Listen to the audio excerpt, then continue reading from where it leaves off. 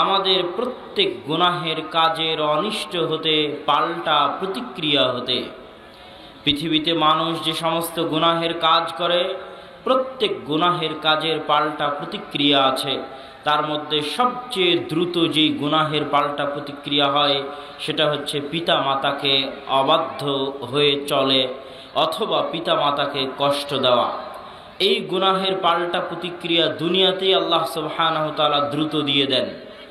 আর একটা গুনাহের পাল্টা প্রতিক্রিয়া আল্লাহ সুবহানাহু ওয়া তাআলা দুনিয়াতে দেন, সেটা হচ্ছে জেনা, অবৈধ সম্পর্ক, অবৈধ রিলেশন, জেনা, ব্যভিচার, অবৈধ সম্পর্কের গুনাহের পাল্টা প্রতিক্রিয়া আল্লাহ দুনিয়াতে দ্রুত দেন। আরও অনেক গুনাহ আছে যেগুলো করলে আল্লাহ দুনিয়াতেই পাল্টা প্রতিক্রিয়া দিবেন, এ কথা বলেননি আল্লাহ রাসূল। হয়তো কিয়ামতে তার প্রতিদান দিবেন, কিয়ামতে তার শাস্তি দিবেন। কিন্তু অবৈধ সম্পর্ক আর পিতামাতার অবাধ্য হওয়া এমন দুটি গুনাহ যার প্রতিফল, যার প্রতিদান, যার পাল্টা প্রতিক্রিয়া দুনিয়াতেই হবে। জেনার জন্য দারিদ্রতা দেখা দিবে, অবৈধ সম্পর্কের জন্য মানসিক অত্যাচার দেখা দিবে, মানসিক অশান্তি দেখা দিবে, এমনকি মানুষ আত্মহত্যার পর্যায়ে পর্যন্ত চলে যেতে পারে। আর দারিদ্রতায় ফাকর, দুর্ভিক্ষে পরিণত হয়ে যাবে, রহমত বরকত উঠে যাবে। নাউযু বিল্লাহি মিন শুরুরি আনফুসিনা ওয়া মিন সাইয়্যাতি আমালিনা। আমরা আল্লাহর নিকটে পরিত্রাণ চাই আমাদের আত্মার অনিষ্ট হতে, আমরা আল্লাহর নিকটে পরিত্রাণ চাই আমাদের গুনাহের কাজের অনিষ্ট হতে। ওয়া নাশহাদু আল্লা ইলাহা ইল্লাল্লাহ, আর আমরা সাক্ষ্য দেই আল্লাহ ব্যতীত কোনো সত্যিকার মাবুদ নেই। ওয়া নাশহাদু আন্না মুহাম্মাদান আবদুহু ওয়া রাসূলুহু, আর আমরা সাক্ষ্য দেই মুহাম্মদ সাল্লাল্লাহু আলাইহি ওয়াসাল্লাম তার প্রেরিত বান্দা এবং তার রাসূল। আজকের উক্ত সংক্ষিপ্ত আলোচনায় আমার বক্তব্যের বিষয়বস্তু কর্তৃপক্ষের পক্ষ থেকে দেওয়া হয়েছে সুন্নাত, ইত্তেবায়ে সুন্নাত, রাসূল সাল্লাল্লাহু আলাইহি ওয়াসাল্লামের পদাঙ্ক অনুসরণ করা, আর রাসূল সাল্লাল্লাহু আলাইহি ওয়াসাল্লামের আদেশ মেনে চলা, রাসূল সাল্লাল্লাহু আলাইহি ওয়াসাল্লামের নিষেধ মেনে চলা, রাসূল সাল্লাল্লাহু আলাইহি ওয়াসাল্লামের হাদিস মেনে চলা, রাসূল সাল্লাল্লাহু আলাইহি ওয়াসাল্লামকে উসওয়া, মডেল মনে করে লাকাদ কানা লাকুম ফি রাসূলিল্লাহি উসওয়াতুন হাসানাহ, যে রাসূল সাল্লাল্লাহু আলাইহি ওয়াসাল্লাম তোমাদের জন্য মডেল। মডেল মানে যখন কোনো মা সিরিয়ালে দেখা কোনো নায়িকার জামার মতো জামা কিনতে চায়, তখন সে ওই নায়িকাকে মডেল হিসেবে মেনে নিয়েছে। যখন কোনো যুবক কোনো খেলোয়াড়ের মতো গেঞ্জি কিনতে চায়, তখন সে ওই খেলোয়াড়কে মডেল হিসেবে মেনে নিয়েছে। যখন কোনো যুবক কোনো মুভির নায়কের কাটিংয়ে চুল কাটতে চায়, তখন সে ওই নায়ককে তার জন্য মডেল হিসেবে মেনে নিয়েছে। এই জায়গায় আল্লাহ সুবহানাহু ওয়া তাআলা বলেছেন, লাকাদ কানা লাকুম ফি রাসূলিল্লাহি উসওয়াতুন হাসানাহ, তোমাদের জন্য উত্তম আদর্শ, তোমাদের জন্য উত্তম মডেল হচ্ছে রাসূল সাল্লাল্লাহু আলাইহি ওয়াসাল্লাম।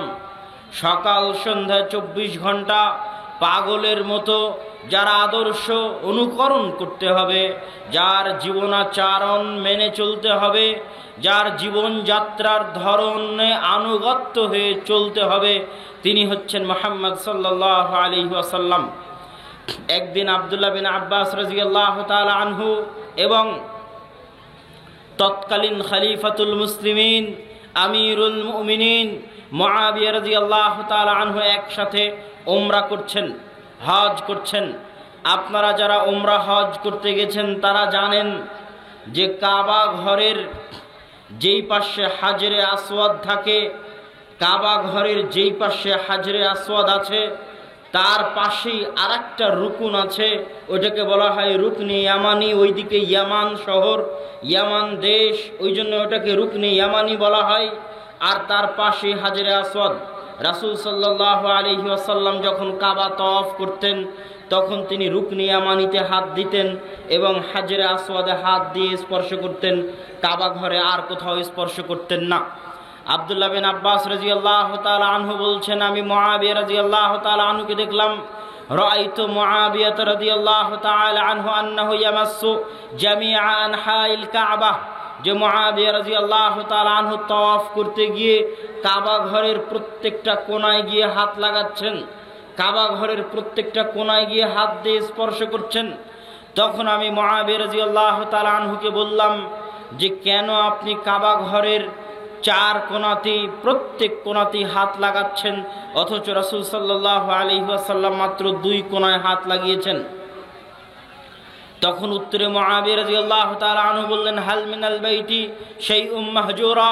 আব্দুল্লাহ বিন আব্বাস, এই ঘর আল্লাহর ঘর, এই মহাপবিত্র ঘর আল্লাহর ঘর, এই মহাপবিত্র ঘরের এমন কোনো অংশ কি এমন থাকতে পারে যে অংশে হাত দেওয়া যাবে না, যে অংশে স্পর্শ করা যাবে না? এমন কোনো কি অংশ থাকতে পারে? অথচ এই ঘরটা পুরোটাই বরকতময়, অথচ এই ঘরটা পুরোটাই আল্লাহর ঘর, অথচ এই ঘরটা পুরোটাই বাইতুল্লাহ কাবা, এর মতো মহান ঘরের কোনো অংশে হাত দেওয়া যাবে না, এটা কেমন করে হতে পারে?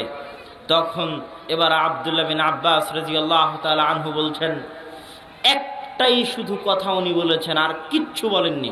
আর ওই একটা কথা শুধু কোরআনের আয়াত, আর অন্য কিছু নয়। আপনারা কি আমার কথা বুঝতে পারছেন?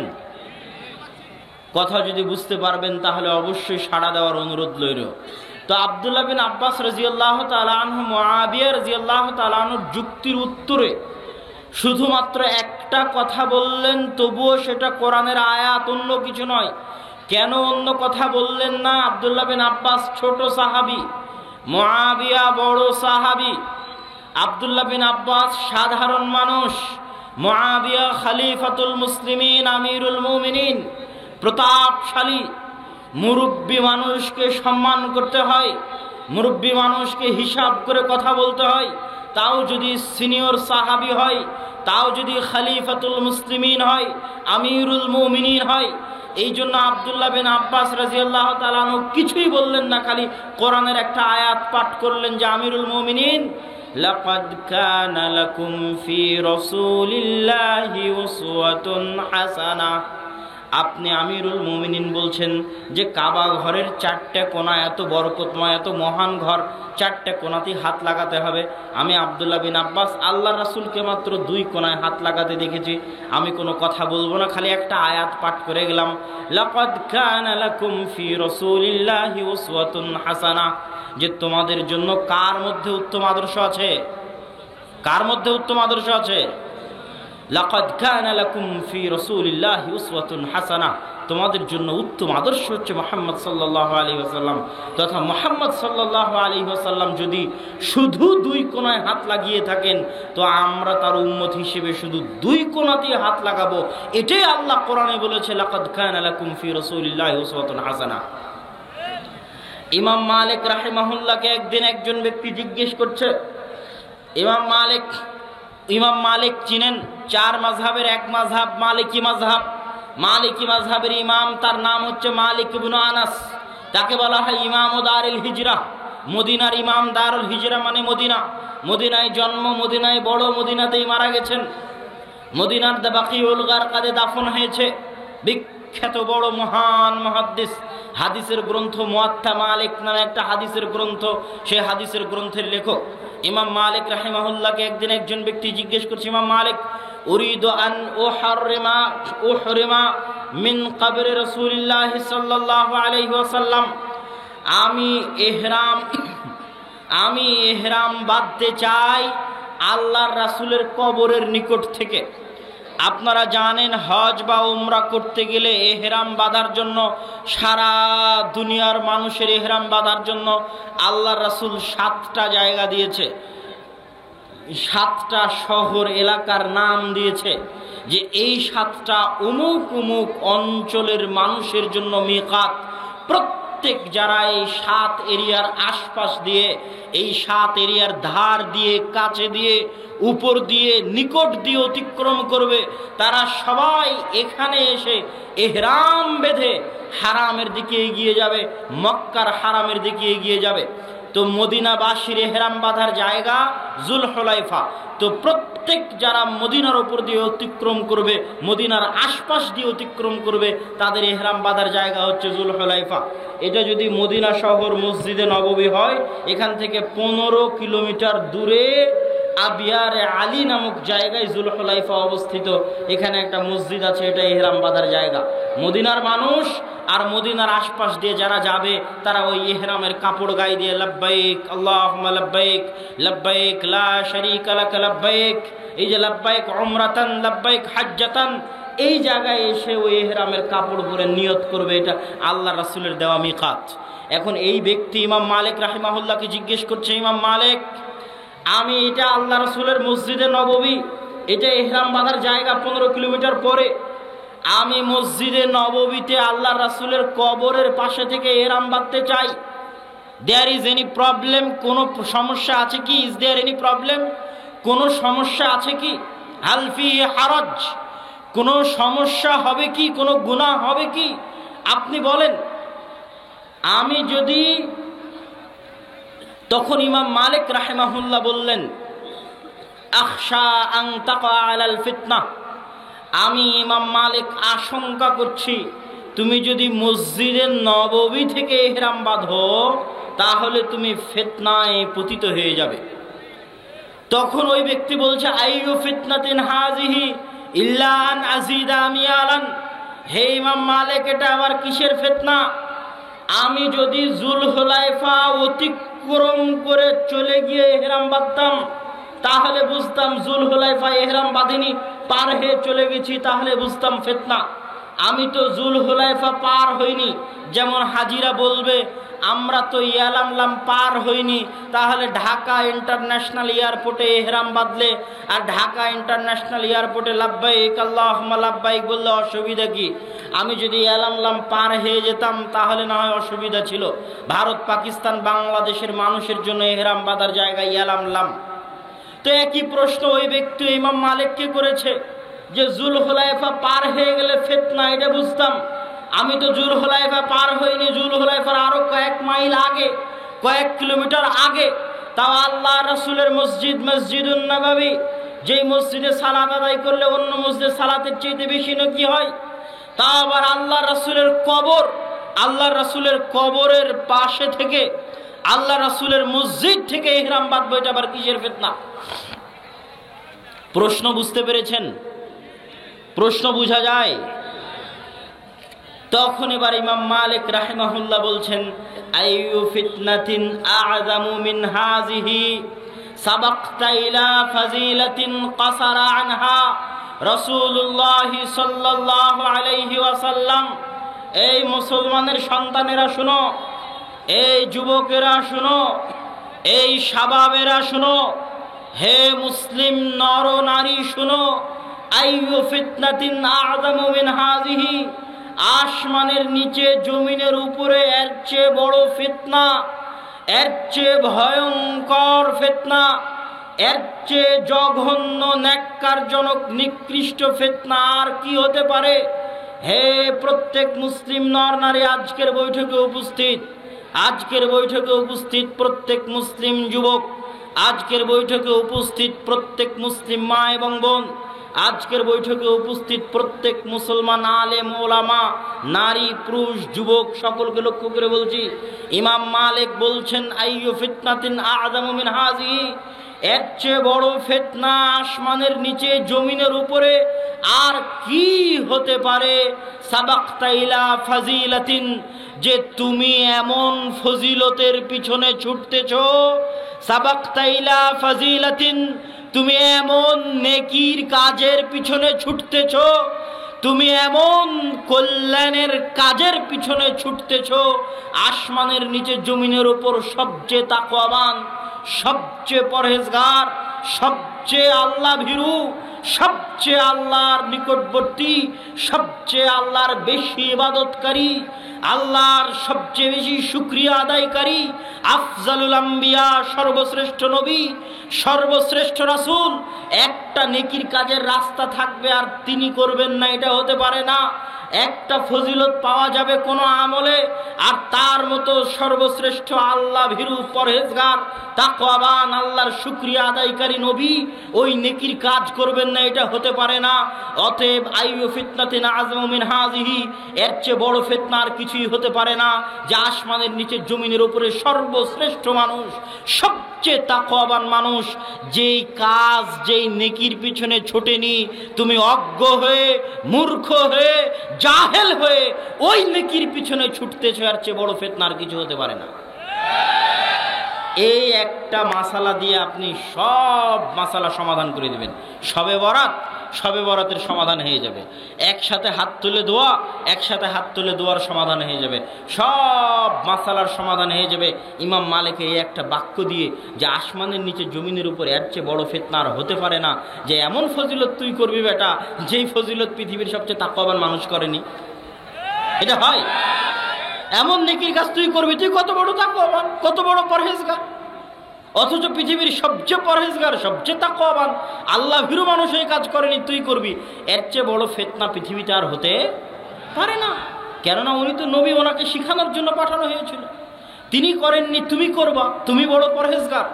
আল্লাহ রাসূল তার রিসালাতের দায়িত্ব পালন করেননি, উনি ইবাদতের সুযোগ থাকার পরেও করেনি, নেকি অর্জনের সুযোগ থাকার পরেও করেনি। এটা তো তার জন্য অপমান, এটা তো তার জন্য তাকে হীন করা, তাকে নত করা, তাকে ছোট করা, তাকে অপমান করা।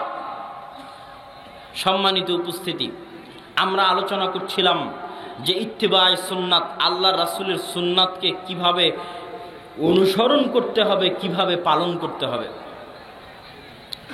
সুন্নাত বুঝাতে গিয়ে আপনাদেরকে আমি সবসময় একটা কথা বলি, যে সুন্নাত আর বেদাত আর হালাল আর হারাম, দুনিয়াবি জীবনে আমরা যা করি সেটা হচ্ছে হালাল এবং হারাম, আর ইবাদতের জগতে আমরা যা করি তা হচ্ছে সুন্নাত আর বেদাত।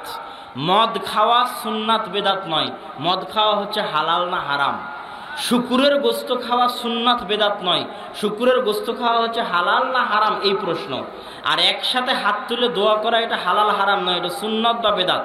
শবে বরাত হালাল হারাম নয়, শবে বরাত সুন্নাত বা বেদাত। এই জন্য যে শবে বরাত একসাথে হাত তুলে এগুলো ইবাদত, আর শুকুরের গোস্ত খাওয়া, মদ পান করা ওগুলো দুনিয়ার কাজ, মানুষের খাওয়া দাওয়া, চলা ফেরা, উঠা বসা, ব্যবসা বাণিজ্য, কৃষ্টি কালচার, সংস্কৃতি, অনুষ্ঠান, সামাজিকতা, ওগুলো সব হালাল হারাম। আর সালাত, সিয়াম, হজ, যাকাত, জিকির, আজকার, তাসবিহ, তাহলিল, এগুলো সব হচ্ছে হয় সুন্নাত না হয় বেদাত। হালাল হারামের ক্ষেত্রে মূলনীতি হচ্ছে আল্লাহ রাসূল যা হারাম করে দিয়েছেন তা বাদে কিয়ামত পর্যন্ত যা আবিষ্কার হবে সবই হালাল। আল্লাহ রাসূলের যুগে এরকম বোতলে পানি ছিল নাকি? হ্যাঁ ছিল? ছিল না? আল্লাহ রাসূলের যুগে এরকম মাইক ছিল?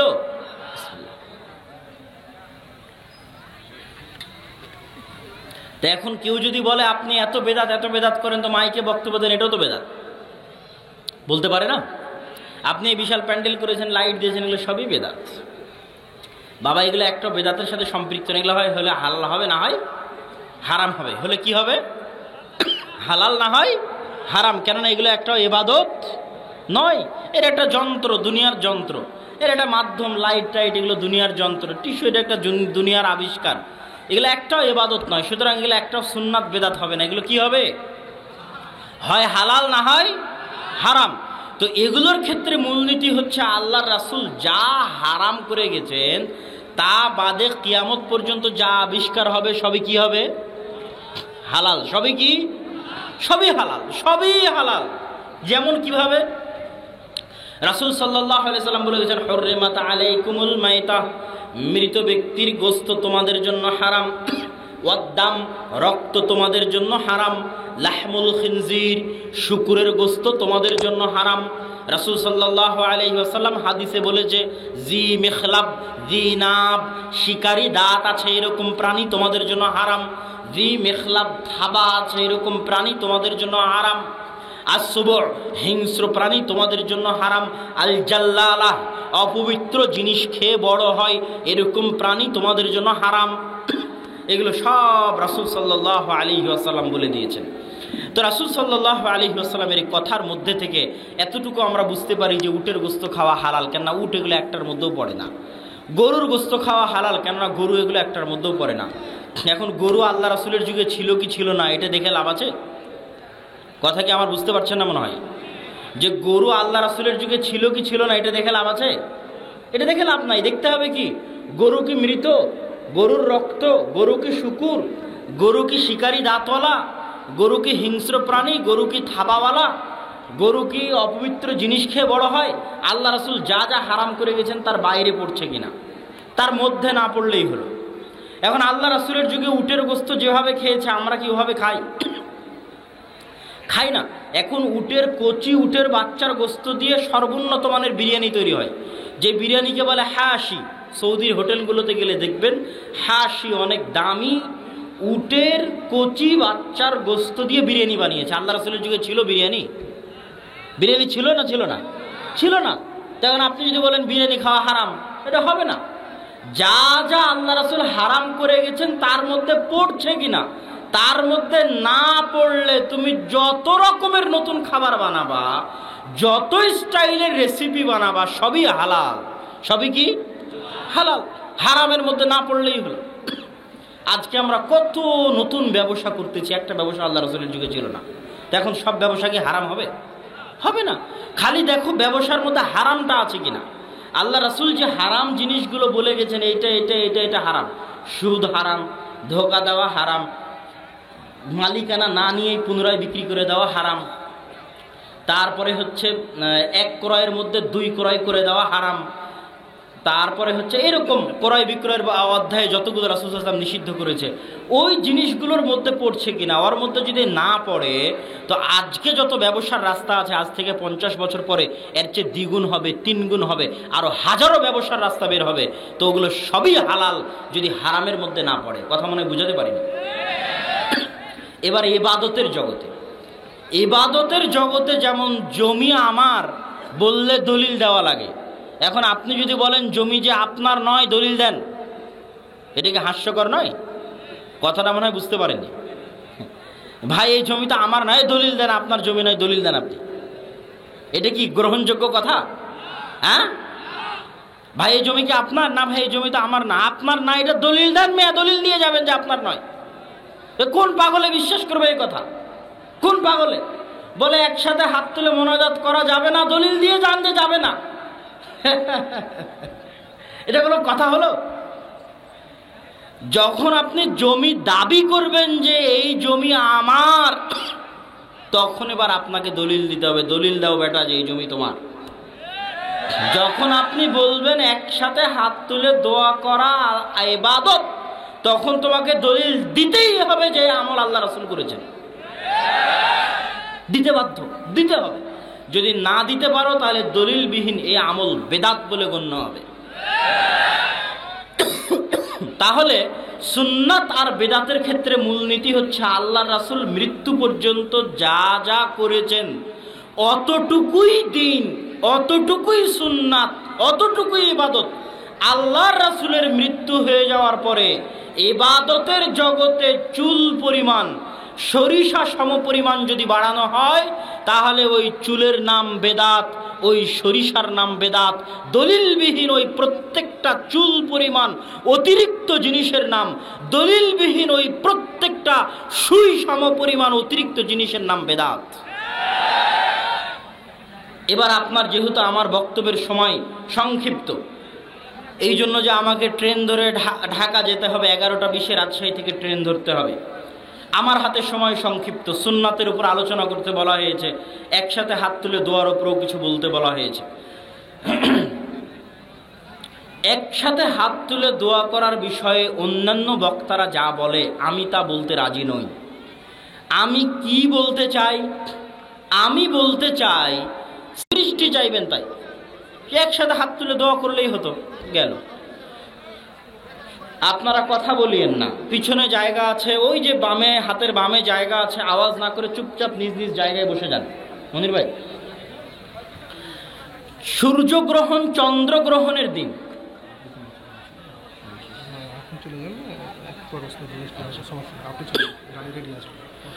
সূর্যগ্রহণ চন্দ্রগ্রহণ লেগেছে, বিপদ।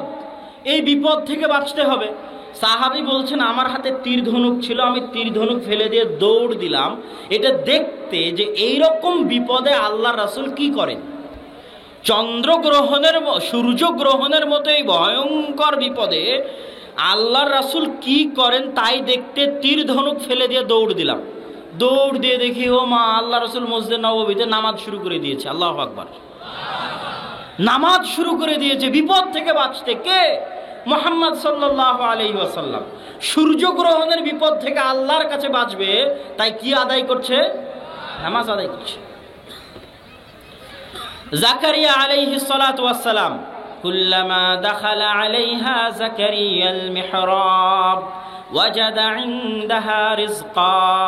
যখনই জাকারিয়া আলাইহিস সালাতু ওয়াস সালাম মারিয়াম আলাইহিস সালাতু ওয়াস সালামের মেহরাবে প্রবেশ করেন, দেখেন অসময়ের ফল, অসময়ের খাদ্যদ্রব্য। ক্বালা ইয়া মারিয়াম আন্না লাকি হাযা। তিনি বললেন, মারিয়াম, অসময়ের খাবার কোথায় থেকে আসে? ক্বালাত হিয়া মিন ইনদিল্লাহ। অসময়ের এই খাবার আল্লাহর পক্ষ থেকে আসে। ইন্নাল্লাহা ইয়ারযুকু মান ইয়াশা বিগাইরি হিসাব। আল্লাহ সুবহানাহু তাআলা যাকে চান বেহিসাব রিজিক দান করেন। হুনালিকা দাআ জাকারিয়া রাব্বাহ। এই দৃশ্য দেখে জাকারিয়া আলাইহিস সালাতু ওয়াস সালামের অন্তর একটু ঈর্ষান্বিত হয়ে উঠল, একটু কষ্ট পেয়ে উঠল। ইস, এইরকম একজন পরহেজগার মেয়ে যার জন্য আল্লাহ খাবার পাঠাচ্ছে অসময়ে, আমার যদি এরকম একটা সৎ সন্তান থাকতো, চক্ষু জুড়ানো, চক্ষু শীতলকারী এরকম যদি একটা সৎ সন্তান থাকতো, ইস। তো এইরকম একটা সৎ সন্তানের দাবিতে উনি এখন আল্লাহর কাছে দোয়া করবেন, কিন্তু উনি বৃদ্ধ। ওয়াশতাআলার রাসু শাইবা, চুল পেকে সাদা হয়ে গেছে, দাড়ি পেকে সাদা হয়ে গেছে। ওয়ামরাআতি আকিরা, স্ত্রী বন্ধা বাঞ্ঝা, স্ত্রীর সন্তান হয় না, পেটে ধারণ করে না সন্তান। বাঞ্ঝা স্ত্রী, স্বামীতে বৃদ্ধ, চুল পেকে গেছে, দাড়ি পেকে গেছে। মারিয়ামকে দেখে সন্তানের খায়েশ জেগেছে অন্তরে। ৮০-৯০ বছর বৃদ্ধ একজন নবীর অন্তরে সন্তানের খায়েশ জেগেছে। নবী বৃদ্ধ, স্ত্রী বাঞ্ঝা, মন চাচ্ছে সন্তান নিতে, চাইবে আল্লাহর কাছে, দাঁড়িয়ে গেলেন সালাতে। আল্লাহু আকবার। এমনি হাত তুলে দোয়া করতে পারতেন, তা না করে কোথায় দাঁড়িয়ে গেলেন? সালাতে দাঁড়িয়ে গেলেন। সালাতে দাঁড়িয়ে আল্লাহর কাছে চাচ্ছেন। ইব্রাহিম আলাইহিস সালাতু ওয়াস সালামের প্রথম স্ত্রী সারা আলাইহিস সালাতু ওয়াস সালাম। সারা মানে নেতা, নেত্রী। আর দ্বিতীয় স্ত্রী হাজেরা, যিনি ইসমাইলের মা। আর সারা হচ্ছে ইসহাকের মা। দুই ভাই, ইসহাক এবং ইসমাইল। ইসহাকের বংশে বাকি সব নবী, আর ইসমাইলের বংশে মুহাম্মদ সাল্লাল্লাহু আলাইহি ওয়াসাল্লাম। সারাকে নিয়ে যেহেতু বাপ ইরাক থেকে বের করে দিয়েছে, ইরাক থেকে বাপ বের করে দিলে উনি ফিলিস্তিনে পালিয়ে এসেছিলেন। ফিলিস্তিন থেকে দুর্ভিক্ষের কারণে মিশরে যাচ্ছেন খাদ্যের সন্ধানে। ফিলিস্তিন থেকে মিশর যাচ্ছেন। আগের যুগ থেকে ফিলিস্তিন মিশর কানেক্টেড, আজও ফিলিস্তিন মিশর কানেক্টেড। ফিলিস্তিন থেকে মিশর যাচ্ছেন খাদ্যের সন্ধানে, সাথে স্ত্রী আছে। রাজপথের মধ্যে জালেম বাদশাহ সুন্দরী নারীদেরকে ভোগ করতে চায়। স্বামী স্ত্রী মিলে মিথ্যা পরিচয় দিলেন যে আমরা ভাই বোন। ভাই বোন মিথ্যা পরিচয় দেওয়ার পর রক্ষা হলো না, জালেম বাদশাহ সারাকে উঠিয়ে নিয়ে গেলেন। তৎকালীন পৃথিবীতে সারাকে উদ্ধার করবে, সারা কারো কাছে সাহায্য চাইবে যে বাঁচান, আমি বিপদে আছি, আমাকে উদ্ধার করেন। আজকের পৃথিবীতে এমন মানুষ নাই, এমন মানুষ আজকের মজলিসেও উপস্থিত নাই যে বিপদে পড়লে ওকে উদ্ধার করার মতো ৫টা মানুষ পাওয়া যাবে না। এরকম আছে না? নাই? আছে। যেই বিপদে পড়ুক না কেন, ওর বন্ধু আছে, বান্ধব আছে, আত্মীয় আছে, স্বজন আছে, ফোন দিবে আর 5টা মানুষ চলে আসবে উদ্ধার করার জন্য। দেরি হতে পারে। তৎকালীন পৃথিবীকে সারাকে উদ্ধার করবে, সারা সাহায্য চাইবে, এরকম তৎকালীন পৃথিবীতে কোনো মানুষ ছিল না। কোনো মানুষ আসমানের নিচে জমিনের উপরে সারাকে সহযোগিতা করতে পারে নাই। কিন্তু সারা হচ্ছে একজন সতী সাধবী, পুত পবিত্র, আল্লাহ ভীরু, লজ্জা স্থানের হেফাজতকারী, মুহসানাত, গাফিলাত, হাফেজাত, ফুরুজাহুন্না, নিজের লজ্জাস্থানের হেফাজতকারী, তাকওয়াশীলা, পরহেজগার, আত্মমর্যাদা সম্পন্ন, পুত পবিত্র নারী, যার কাছে তার সারা জীবনের সবচেয়ে দামি সম্পদ হচ্ছে তার লজ্জাস্থানের পবিত্রতা। এরকম একজন মহান মহিয়সী নারী তার নিজের লজ্জাস্থানের পবিত্রতা ভিক্ষা চাইবে, এরকম ভিক্ষা চাওয়ার মতো, সহযোগিতা করার মতো তৎকালীন পৃথিবীতে কেউ ছিল না।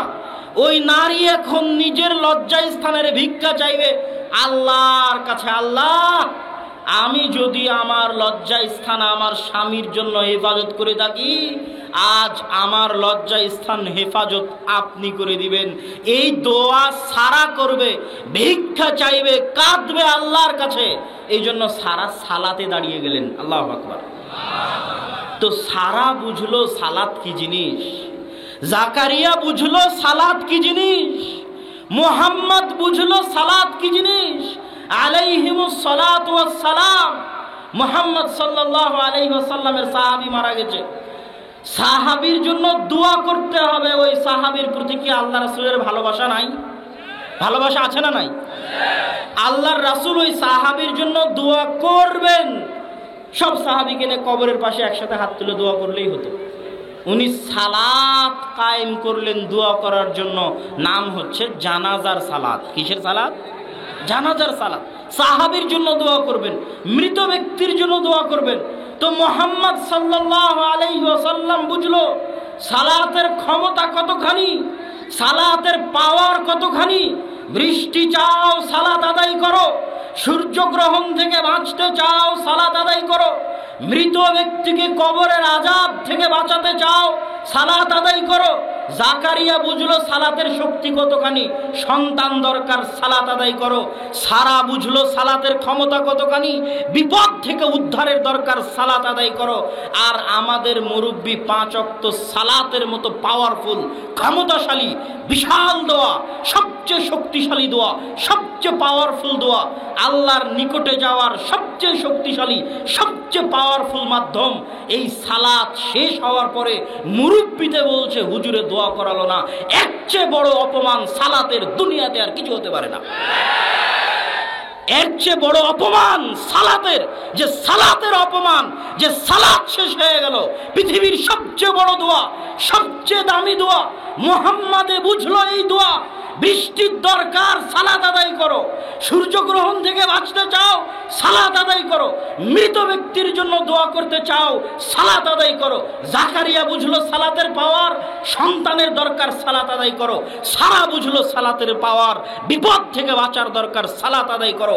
সালাতের মতো এত শক্তিশালী, এত পাওয়ারফুল ইবাদত, এত সর্বশ্রেষ্ঠ দোয়া, সর্বোত্তম দোয়া শেষ হওয়ার পরে হুজুরে বলছে যে দোয়া করালো না, মুরব্বিতে বলছে দোয়া করালো না।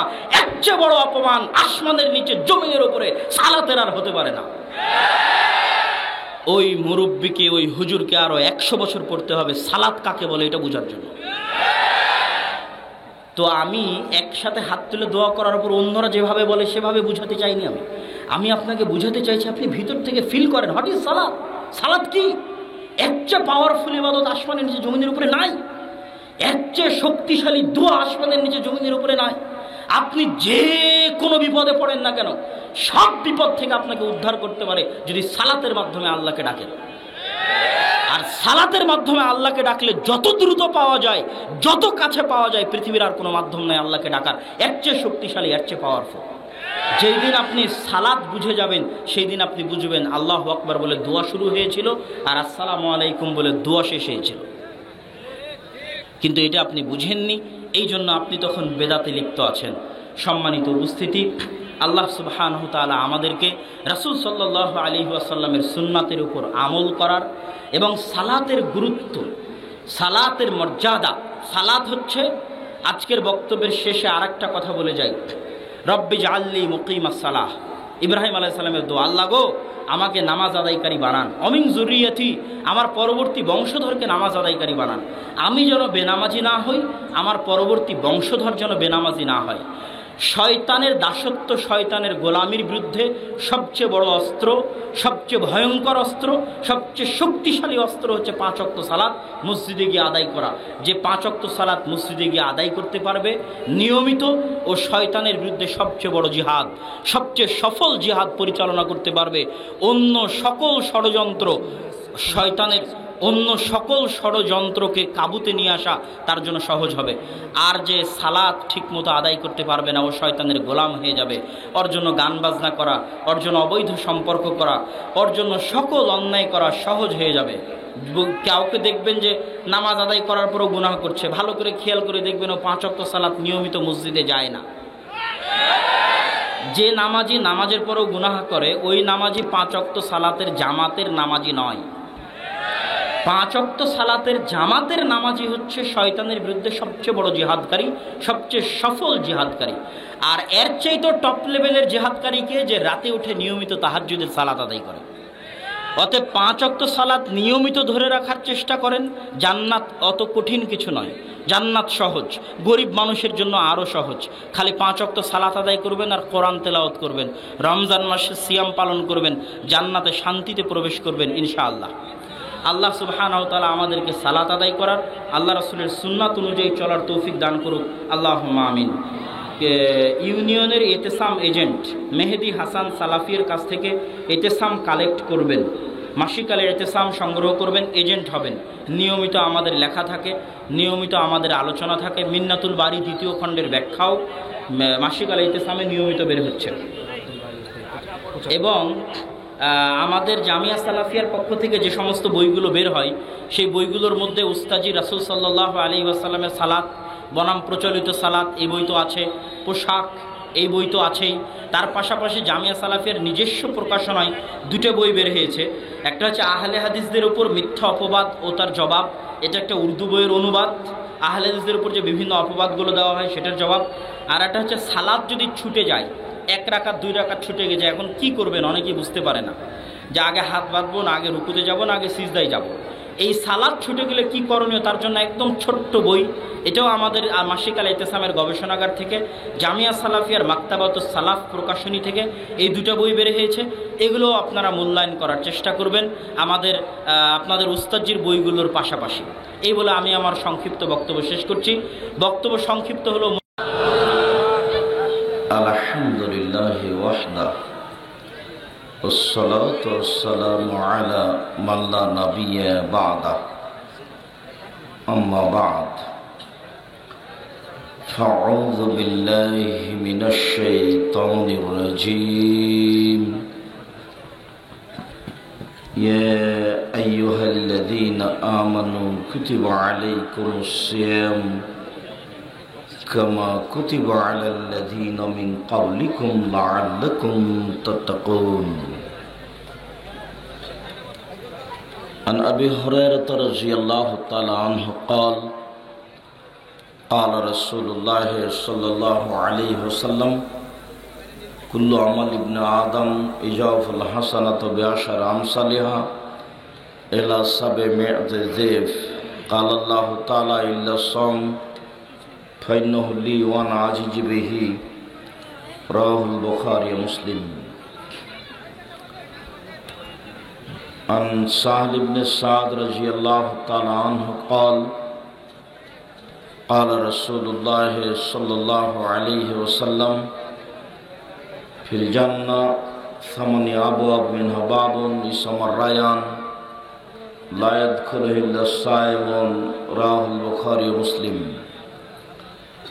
عن أبي سعيد الخدري رضي الله تعالى عنه قال قال رسول الله صلى الله عليه وسلم من صام يوما في سبيل الله بعد الله وجهه عن النار 70 خريفا رواه البخاري সম্মানিত উপস্থিতি, প্রশংসা আল্লাহর জন্য, শান্তি অবতীর্ণ হোক আল্লাহর রাসূলের উপর সাল্লাল্লাহু আলাইহি ওয়াসাল্লাম। সম্মানিত উপস্থিতি, আজকের বক্তব্যের বিষয় নফল সিয়াম। যদিও আমাকে কবর, জাহান্নাম জান্নাত কিয়ামত বিষয় নিয়ে আলোচনা করতে বলা হয়েছে। এরপরেও আমরা 1 তারিখ থেকে নিয়ে 15 তারিখ পর্যন্ত শাবান মাসের সিয়াম পালনের জন্য মানুষকে অনুরোধ জানিয়ে থাকি যে আপনারা আল্লাহকে সন্তুষ্ট করার জন্য শাবান মাসের 1 তারিখ থেকে নিয়ে অন্তত 15 তারিখ পর্যন্ত সিয়াম পালনের চেষ্টা করেন। এই ছেলে, তোমরা যারা দায়িত্ব পালন করছো, আমরা বুঝলাম যে জায়গার তুলনায় আপনাদের উপস্থিতি অনেক বেশি। এরপরেও যেহেতু আমি আপনাদের জন্য এসেছি, আর এটাও আলহামদুলিল্লাহ যে অনেক দিন পরে হলেও তো চাঁপাইনবাবগঞ্জের মাটিতে কথা বলার আবারও সুযোগ এসেছে। আমি নাকি চাঁপাইনবাবগঞ্জের মানুষ হওয়ার পরে এখানে কথা বলার সুযোগ হবে না, এ তো অবাক কথা। অথচ যারা বিরোধিতা করার চেষ্টা করেছে তাদেরকে আমি বলেছি, তুমি সহ, তোমার বাপ সহ, তোমার বংশ সহ, তোমার জাতি সহ চ্যালেঞ্জ করলাম আমি, যে শুধু আজ নয় 100 বছর সময় দিলাম, অতীত এবং ভবিষ্যৎ, যে তোমার বংশে কে এমন আছে 100 বছরের মধ্যে চলে গেছে শুধু কোরআন হাদিস অনুবাদ করে বক্তব্য দেয়। আমার 32 বছর জীবনে আমি কোনোদিন অপ্রয়োজনীয় বাক্য বলিনি। 32 বছর জীবনে আমি কোনোদিন কেসা কাহিনী বলিনি।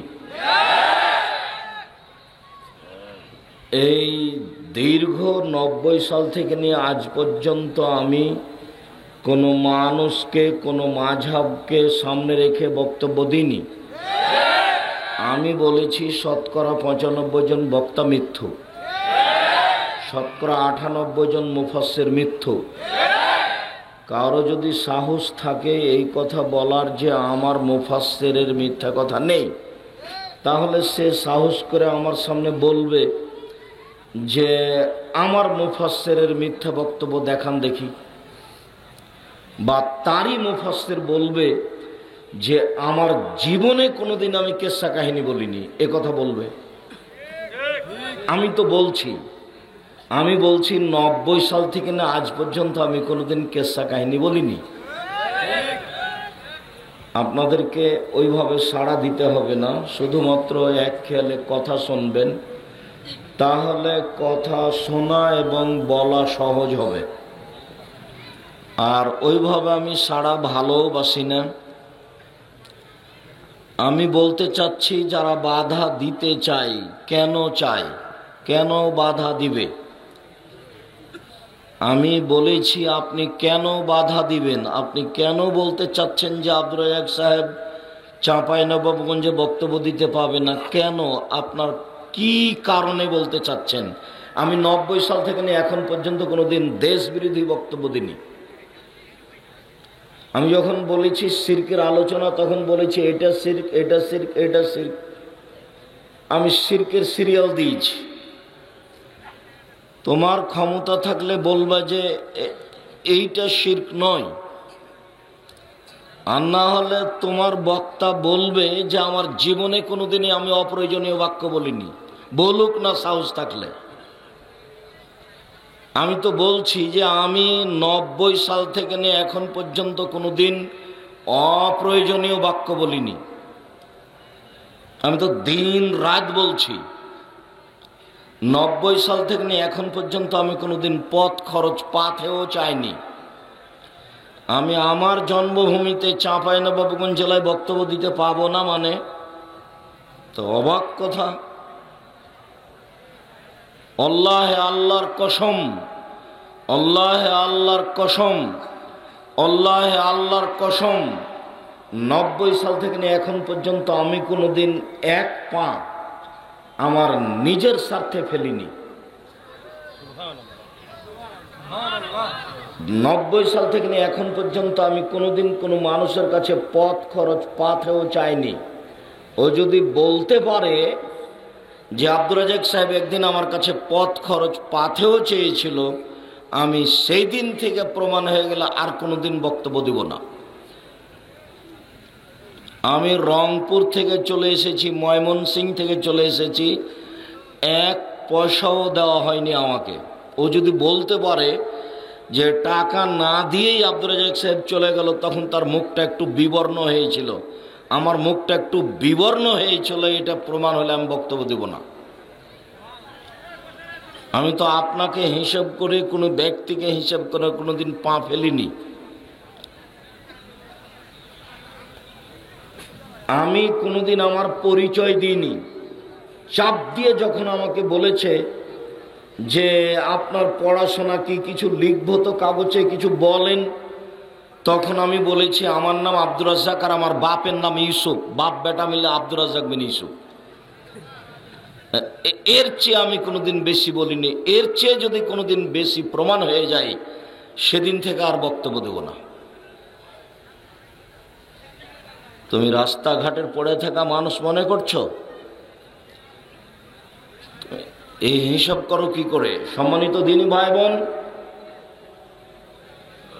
জায়গার তুলনায় উপস্থিতি অনেক বেশি। অতএব আপনি আমাকে দেখতে পান আর না পান, আপনি কিছুক্ষণ কথা শোনার জন্য প্রাণপণে চেষ্টা করবেন, এক পায়ে দাঁড়িয়ে হলেও।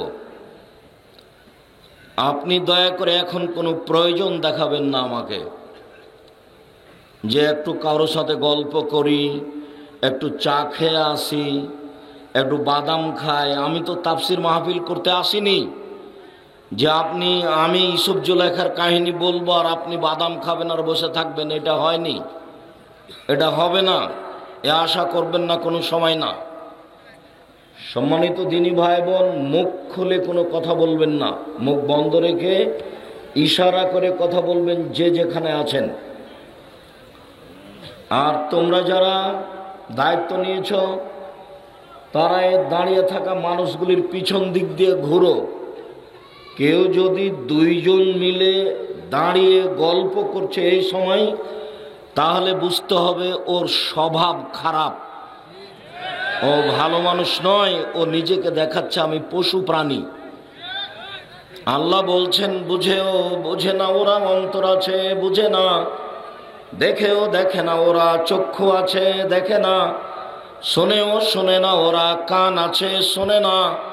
উলাইকা কালানাম, তারা পশু প্রাণীর মতো, তারা গরু ছাগলের মতো, তারা কুকুর স্ত্রীগালের মতো, বালহুম আদাল, বরং তার চেয়ে খারাপ।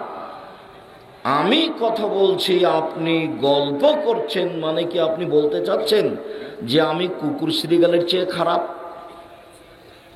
আপনি কোন সাহসে গল্প করেন? কি বা আপনার অধিকার, হক বাকি? আবারও আপনাকে সতর্ক করছি, আপনি আমার দিনী ভাই, আপনি আমার দিনী বোন, আপনাকে আমি অনেক ভালোবাসি। আমি আমার জন্মভূমি চাঁপাইনবাবগঞ্জ জেলায় বক্তব্য দিতে এসেছি। আপনি আমাকে সম্মান করে এক পায়ে দাঁড়িয়ে হলে আপনি একটা সময় পর্যন্ত অপেক্ষা করবেন, আমি আপনার কিছু না কিছু উপকার করবই করব ইনশাআল্লাহ। আমি আপনাকে অনেক ভালোবাসি। সম্মানিত দিনী ভাই বোন, ইবাদতের জগতে সবচেয়ে দামি ইবাদত সিয়াম দিয়ে আল্লাহকে যত সন্তুষ্ট করা যায়, আর কোনো ইবাদত দিয়ে আল্লাহকে তত সন্তুষ্ট করা যায় না। আর ইবাদতের জগতে সিয়ামই একটা ইবাদত, যার সমপর্যায়ের কোনো ইবাদত পৃথিবীতে নেই, যার মতো কোনো ইবাদত পৃথিবীতে নেই।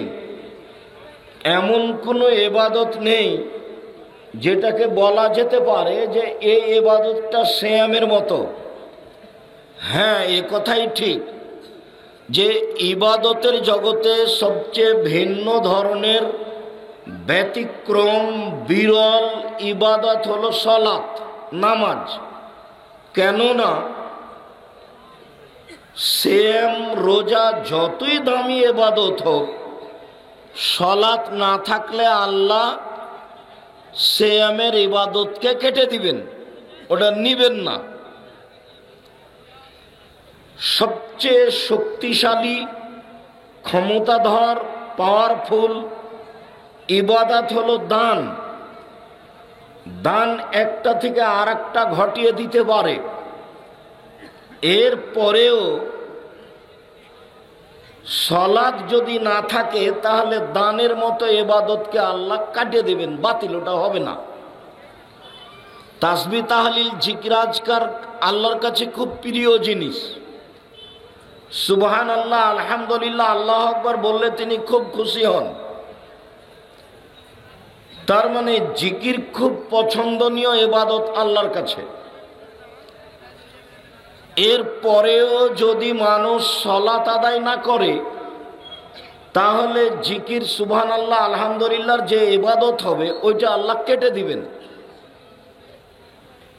ইবাদতের জগতে সবচেয়ে ভিন্ন ধরনের ব্যতিক্রম, বিরল ইবাদত হলো সালাত।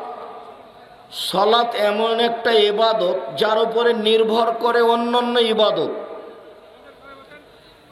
সালাত যদি থাকে বাকি ইবাদতের নেকি পাবো, যদি সালাত না থাকে তাহলে বাকি ইবাদতের নেকি পাবো না, এটা বাতিল হবে, কেটে দিবেন আল্লাহ।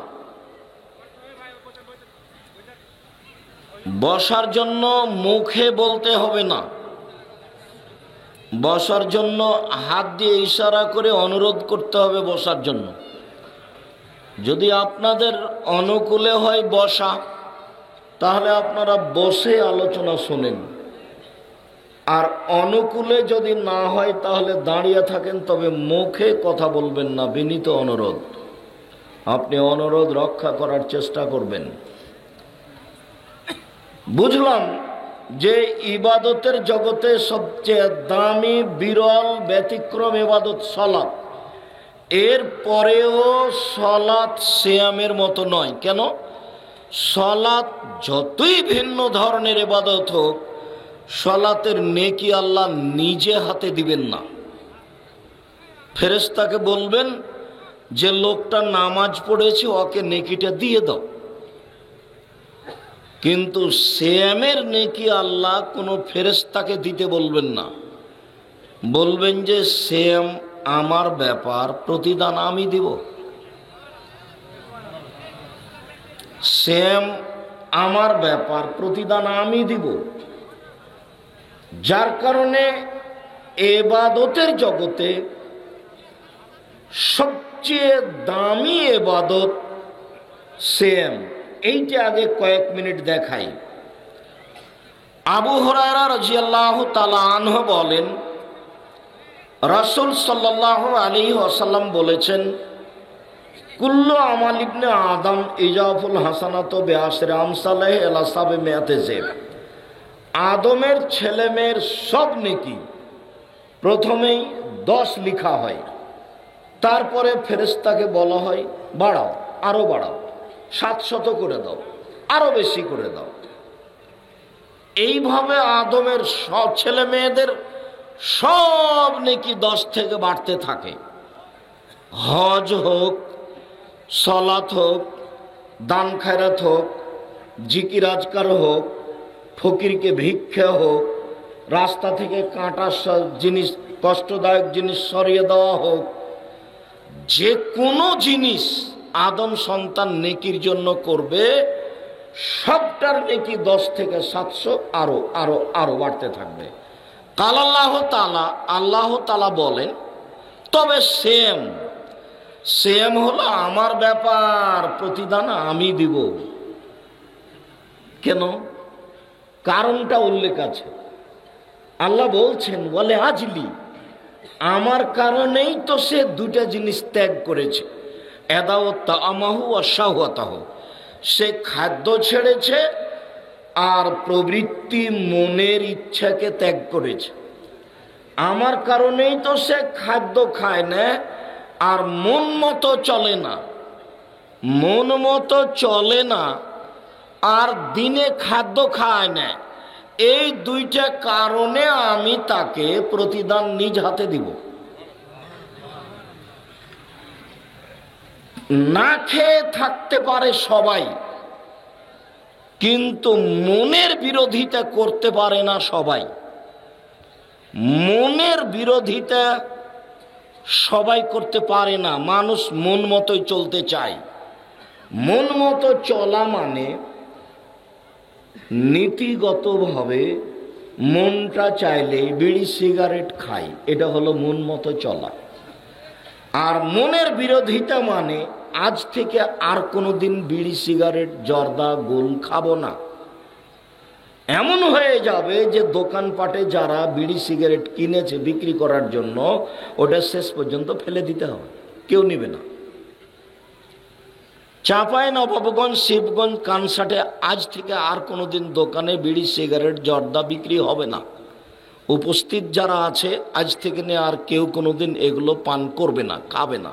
কেন? আজ থেকে তারা আর মন মতো চলবে না। মন মতো চলে যে জাহান্নামে যাবে সে। আবু হুরায়রা রাদিয়াল্লাহু তাআলা আনহু বলেন, রাসূল সাল্লাল্লাহু আলাইহি ওয়াসাল্লাম বলেছেন, হুজবাতিন নার বিশাওয়াত, জাহান্নাম ঘেরা আছে মন মতো চলা দিয়ে। মন মতো চলে যে জাহান্নামে যাবে সে। বিড়ি সিগারেট জর্দা খায় যে মন মতো চলে সে। মন মতো চলে যে জাহান্নামে যাবে সে। টাকনোর নিচে প্যান্ট পরে যে মন মতো চলে সে।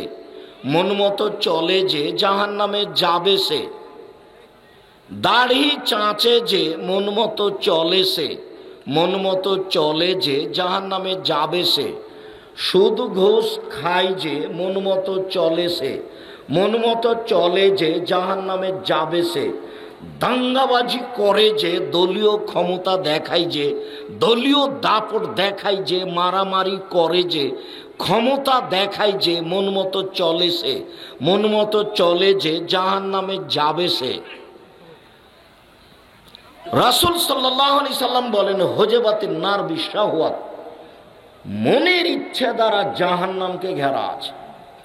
তাই তো আল্লাহর নবী বললেন, পৃথিবীর মানুষ মনে রেখো, সারা পৃথিবীর পুরুষ নারী তোমরা শুনে রেখো, আফজালুল মুজাহিদ মুজাহিদ নাফসাহ, সবচেয়ে বড় যোদ্ধা সেই যে মনের বিরোধিতা করতে পারে, মাঠে যুদ্ধ করে প্রতিপক্ষকে হত্যা করে জয়ী হয় যে, সে যোদ্ধা বটে, তবে সবচেয়ে বড় যোদ্ধা নয়। মনের বিরোধিতা করতে পারে যে, সেই হলো সবচেয়ে বড় যোদ্ধা। আব্দুর রাজ্জাক বিন ইউসুফ বললেন, আজ থেকে সব বড় মোবাইল ব্যবহার করে ল্যাংটা মেয়ে দেখে, মোবাইলে জেনা দেখে চক্ষু ঠান্ডা করে, কলিজা ঠান্ডা করে জান্নাত কিনা যাবে না। অতএব আজ থেকে বড় মোবাইলে আমি পেশাব করে দিলাম, তাকে আর কোনোদিন হাতে নিব না। যেমন ভাবে তিনি বহুদিন পূর্বে বলে গেছেন, চাঁপাইনবাবগঞ্জে আর ডুলি বিবি প্রথা থাকবে না। ডুলি বিবি শব্দে তারা পেশাব করে দিয়েছে। চাঁপাইনবাবগঞ্জের কোনো বিবাহে আর কোনোদিন ডুলি বিবি যায় না।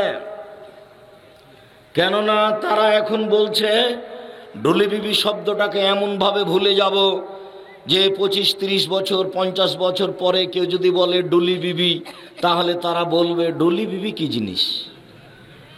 এমন ভাবে ভুলে যেতে হবে। আমি বলেছি, চাঁপাইনবাবগঞ্জ জেলার কোনো বিবাহের নিয়ম নীতি জায়েজ নয়। চাঁপাইনবাবগঞ্জ জেলার বিবাহের শুরু থেকে নিয়ে শেষ পর্যন্ত একটা কাজও জায়েজ নয়, সবই হারাম। এখন পর্যন্ত কোনো মৌলানা সাহেব লাভ দিয়ে উঠে বলতে পারে না কে বলেছে সব হারাম। আমি বলছি সব হারাম। বউ দেখতে যায় সবাই মিলে, এই প্রথা হারাম। সবাই মিলে বায়না করে মেয়ের হাতে টাকা দেয়, এটাও হারাম। সারা গ্রামের লোক ওই যুবতী মেয়ের মুখে ক্ষীর তুলে দেয়, এটাও হারাম। সারা গ্রামের মেয়েরা, যুবতী মেয়েরা নাচে আর গান বলে, গীত গায়, ঢং ঢং করে আসে, ঢং ঢং করে চিলিয়ে চলে যায়।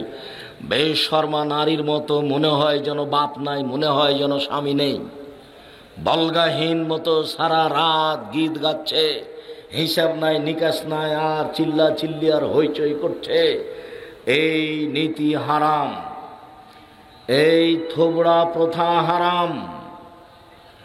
বর বিবাহের বৈঠকে কথা বলতে পাবে না, মুখখান বন্ধ করে বসে থাকবে, এই নীতি হারাম। বিবাহ বৈঠকের মাঝে খরচ দিতে হবে, এই নীতি হারাম। মেয়ের কাছে বিবাহ পড়াতে হবে, এই নীতি হারাম। ক্ষীরকাঁচি প্রথা হারাম, বরন্তা প্রথা হারাম, আম আটা প্রথা হারাম। মেয়ের পক্ষ থেকে 4 জন মানুষ আসলে ছেলের পক্ষ থেকে 8 জন যাবে, বাপ তাই, বেটার বাপ তাই বেশি যাবে, মেয়ের বাপ তাই কম যাবে। এই শব্দতে পেশাব করে দিতে হবে, এই নীতিতে পেশাব করে দিতে হবে। সবচেয়ে ন্যাক্কারজনক, নোংরা, জঘন্য, বর্বর এই নীতি। চাঁপাইনবাবগঞ্জের মাটি থেকে নোংরা, বর্বর, ন্যাক্কারজনক নীতিকে তুলে দিতে হবে। আমি আব্দুর রাজ্জাক বিন ইউসুফ নিজেও কোনোদিন করি না, করতেও দিই না। শুনুন দিনী ভাই বোন, বিবাহের সূচনাতেই জেনার অভাব নাই। অতএব এমনভাবে বিড়ি, সিগারেট, জর্দা, গোল, পান খাওয়া ছেড়ে দিতে হবে যাতে করে এসব শব্দ এলাকায় আর কোনোদিন ব্যবহার না হয়। তখন বুঝতে হবে আমি মনের বিরোধিতা করতে পারি। আর এই মোবাইল ব্যবহার করতে হবে না। এই মোবাইলে ল্যাংটা মেয়ে দেখে আর চক্ষু জোড়াতে হবে না। জান্নাতে এর চেয়ে অনেক অনেক অনেক দামি মেয়ে আছে, যাদের ব্যাপারে আল্লাহ তাআলা বলছেন ওদেরকে দেখলে মনে হবে ঝিনুকের মধ্যে লুকানো মুক্তা।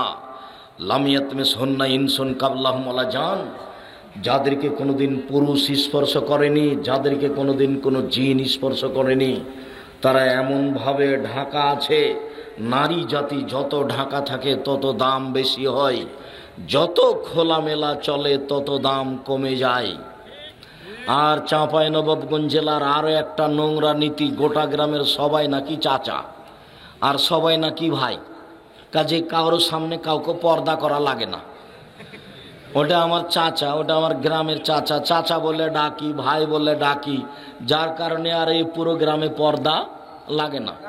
পর্দা শব্দটা এখন আর নাই গ্রামে, এটা আছে অন্য গ্রামে গেলে। কেননা এই গ্রামের তো সবাই আমার চাচা, সবাই আমার ভাই, তো আমি পর্দা করব কার কাছে? এই নোংরা, ন্যাক্কারজনক, বর্বর নীতি থেকে ফিরে আসতে হবে। রাসূল সাল্লাল্লাহু আলাইহি সাল্লাম যেই কথা বলেছেন সেই কথাকে মূল্যায়ন করতে হবে। রাসূল সাল্লাল্লাহু আলাইহি সাল্লাম বলেছেন 3 শ্রেণীর মানুষ জাহান্নামে যাবে। 3 শ্রেণীর মানুষ জান্নাতে যাবে না কখনো। 1, মদমিনুল খামর, যারা নিয়মিত বিড়ি, তামাক, জর্দা, সিগারেট, গোল, নেশাদার দ্রব্য খায়, পান করে, তারা জান্নাতে যাবে না। আমি অনুবাদক। 2, আর রাজলাতু মিনান নিসায়ে, পুরুষের বেশধারী নারী, যারা পুরুষের জুতা স্যান্ডেল পরে, যারা পুরুষের শার্ট প্যান্ট পরে, যারা পুরুষের পোশাক পরে, তারা জান্নাতে যাবে না। 3, অদায়ুস আল্লাযী কুররু ফি আহলি আল খাবাসা, যে তার বাড়িতে বেহায়াইর সুযোগ দিয়েছে, যার মেয়ে নগ্ন পোশাকে স্কুল কলেজে যায়, যার স্ত্রী নগ্ন পোশাকে রাস্তাঘাটে হাঁটে, এই বাড়ি ওই বাড়ি যায়, ছোট ব্লাউজ পরে থাকে। আমি ছোট ব্লাউজ কোনোদিন হারাম বলিনি দীর্ঘ 32 বছরে। আমি শাড়ি পরা হারাম বলিনি দীর্ঘ 32 বছরে। আমি বলেছি সালোয়ার কামিজ মেক্সি চাদর পরা ভালো। যদি শাড়ি পরে তাহলে 2 ছাড়ের ব্লাউজ পরতে হবে, আমি এ কথা বলেছি।